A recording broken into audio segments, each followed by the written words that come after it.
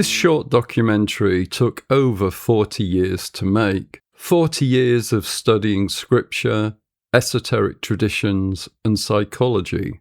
However, you only need 10 minutes to understand its central idea. At the end, you'll be guided through a simple exercise to help you put these manifestation techniques into practice immediately.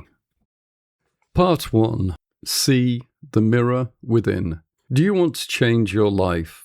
The first thing you need to change is the person creating it. Manifestation isn't wishing. It's the disciplined art of becoming. See, shape, become, manifest. To understand manifestation properly, we have to examine its foundations. Ironically, those foundations can be found in a simple word, abracadabra.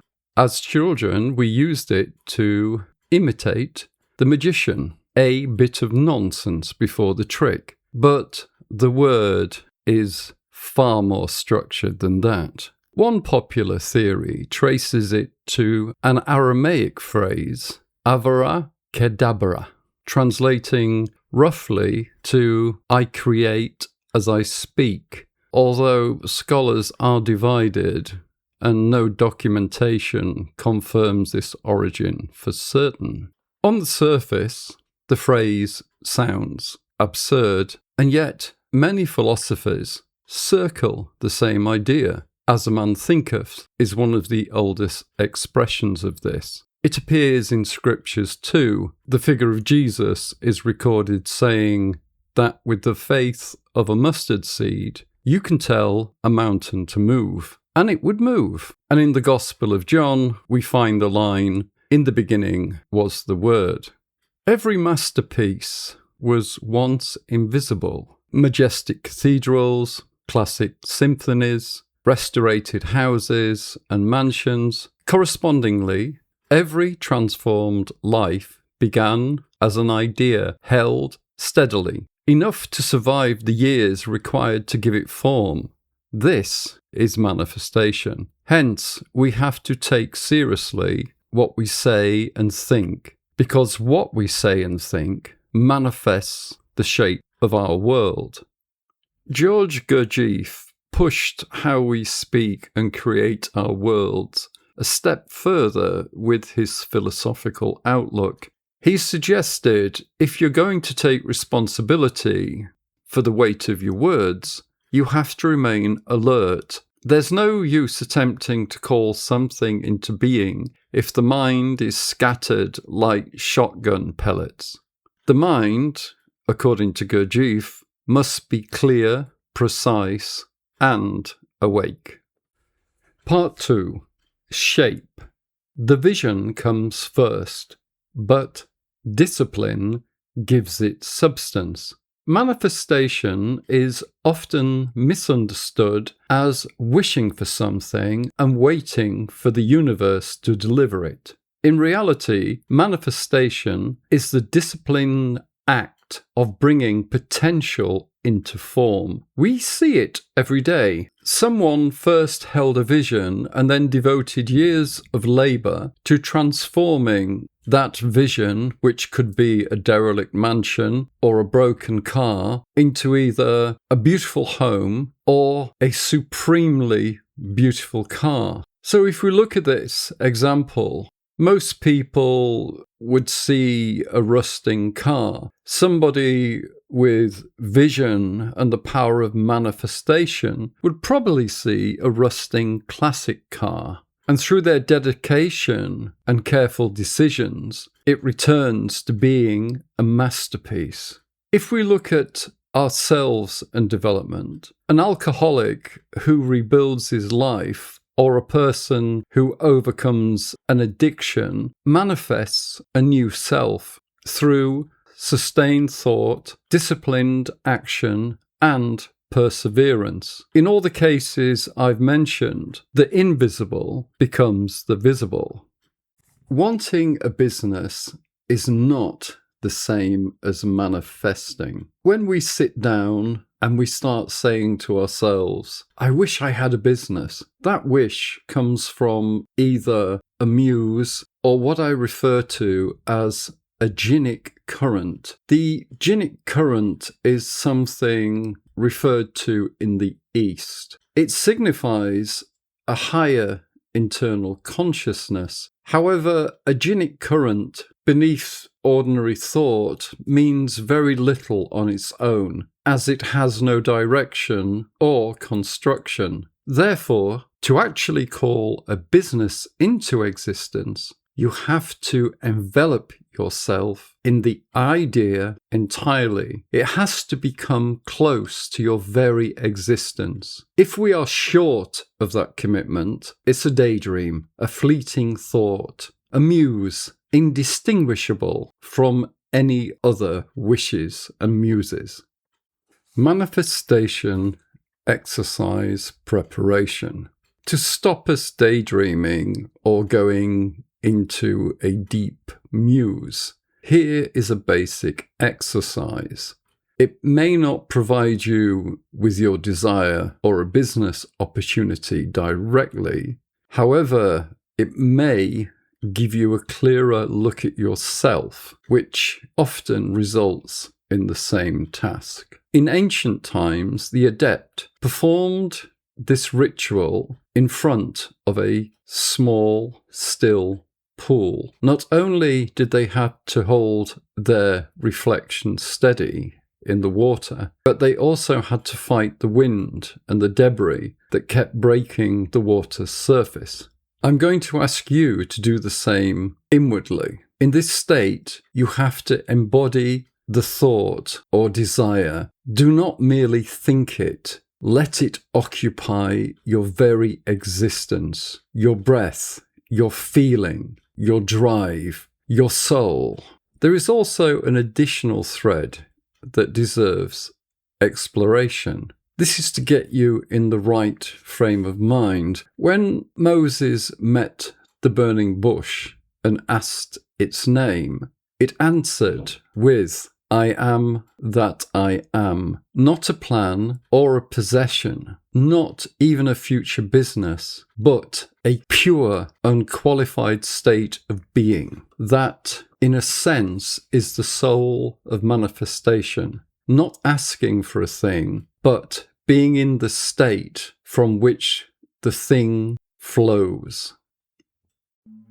Part 3. Become.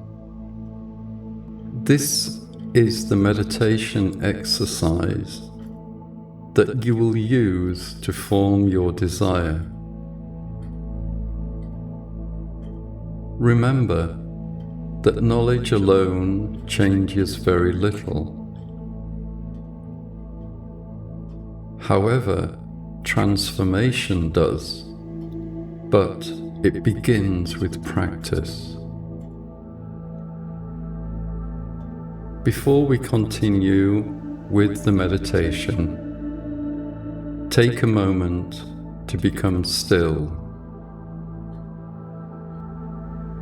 Sit comfortably and start to relax your muscles. Begin with your face and neck. Relax your shoulders, the top of your chest, your arms, your hands, your stomach, and your hips. Let each leg muscle, thigh, calf, and your feet relax. Feel your feet against the floor.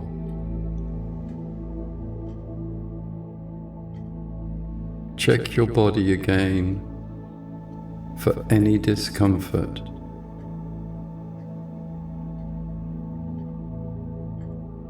Once you are sure that your body is relaxed, close your right nostril with your thumb and breathe in slowly through your left nostril.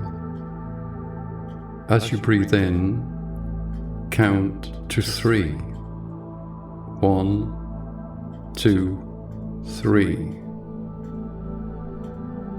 Close the left nostril with your ring finger. Release your thumb and breathe out gently through your right nostril. Once again, counting to 3. Now breathe in through your right nostril. 1, 2, 3. Close it. Release your left nostril and breathe out through the left. 1, 2, 3. As you sit there, breathing evenly, just relax and appreciate the exercise that you have just done. It is called the Nadai Shodhana, or alternative breathing. This practice has been used for centuries to calm the nervous system, balance the breath, and settle the mind. Repeat this breathing cycle 3 more times. Put your thumb on your right nostril, breathe in. 1, 2, 3. Put your index finger on your left nostril and breathe out. 1, 2, 3. Put your right thumb on your right nostril. Breathe in through your left nostril. 1, 2, 3. Place your index finger and compress your left nostril. Release your thumb and breathe in 3 more times. 1, 2, 3. Place your thumb over your right nostril and breathe in through your left nostril 3 times. 1, 2, 3. Put your index finger on your left nostril, release the thumb, and breathe in 3 times. 1, 2, 3. Allow the relaxation to cover you in a wave or like a blanket. It doesn't matter. Allow the stillness and the calmness to cover you. Now allow your hands to rest gently on your knees. Bring the tip of your thumb and the tip of your index finger together on each hand. Bring the tip of your thumb and the tip of your index finger together on each hand. As you sit there with your eyes closed, understand this is the Gyan Mudra, a gesture traditionally associated with clarity, concentration, and quiet awareness.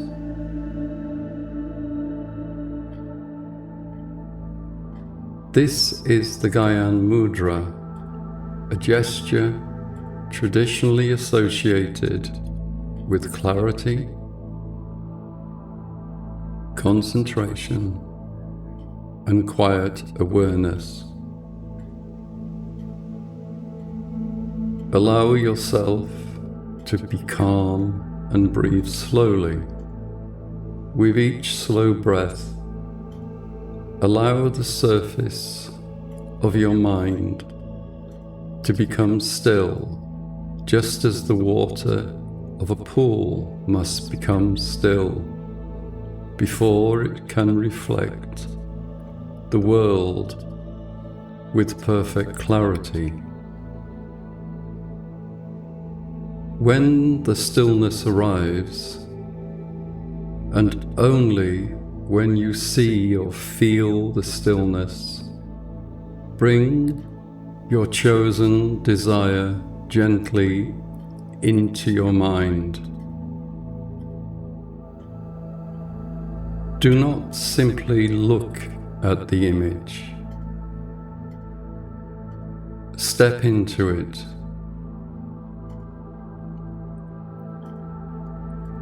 See your chosen new world through your own eyes.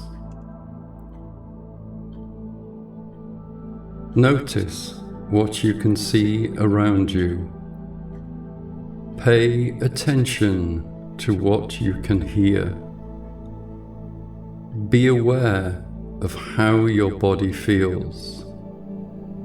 Perceive the quiet confidence of becoming the person you have chosen to become. Remain with that experience for a few moments. Allow it to become familiar. Note how it too becomes natural. When you are ready, take one final slow breath. Release the mudra. Allow your breathing to return to its normal rhythm. And gently open your eyes. If this video and its ideas have resonated with you, I've created a practical exercise called the Inner Contract. It reveals the real you. It helps you focus. If you would like to continue self-developing, follow the link to my Patreon. Thank you for listening.